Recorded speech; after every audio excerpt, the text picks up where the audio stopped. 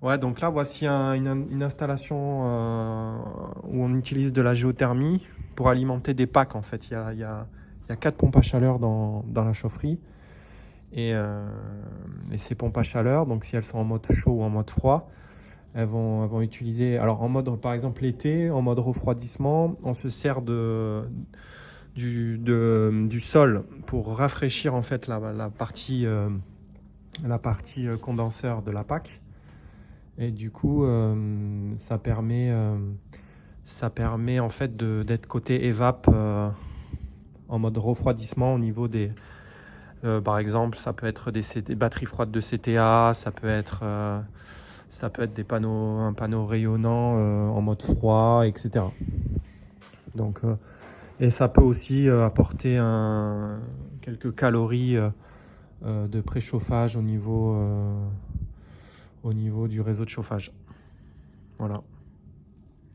Donc après, réseau de chauffage, des radiateurs, etc. Donc voilà, on a aussi un autre point de puisage ici.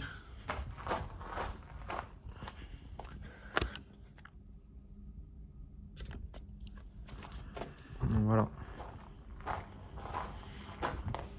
En fait, voilà, donc ça, là, hiver, en mode hiver, on fait pas tourner la géothermie. On peut, mais c'est pas intéressant. En termes d'économie d'énergie, c'est pas intéressant. Donc on s'en sert plus l'été pour refroidir en fait. Quand il fait 20-30 degrés. Et ça peut servir aussi l'hiver en préchauffage, hein, mais voilà. Et l'hiver c'est plus intéressant, l'été c'est plus intéressant pour refroidir, pour alimenter le condenseur de la PAC en fait. Voilà. Le fût de frigo il va se passer de l'état à vapeur à l'état liquide via le condenseur. Et ce condenseur, c'est une PAC RO en fait. Enfin là en l'occurrence même c'est des packs OO. Voilà. Donc parce qu'après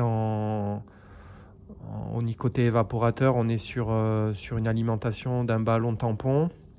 Et après soit ça peut alimenter le réseau de chauffage et aussi le réseau refroidissement si on est en été. Voilà.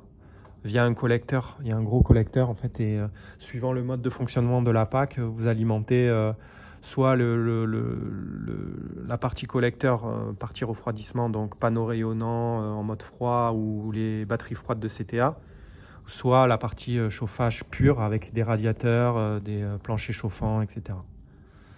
Voilà, donc il y a à peu près les mêmes paires de charges, c'est pour ça que les 21 elles sont réglées à peu près toutes au même niveau. Donc c'est les mêmes paires de charges, c'est des boucles qui font à peu près des mêmes profondeurs. Ça doit aller tomber à 10 mètres de profondeur à peu près. Et voilà, collecteur aller-retour. Et on en a un ici là-bas.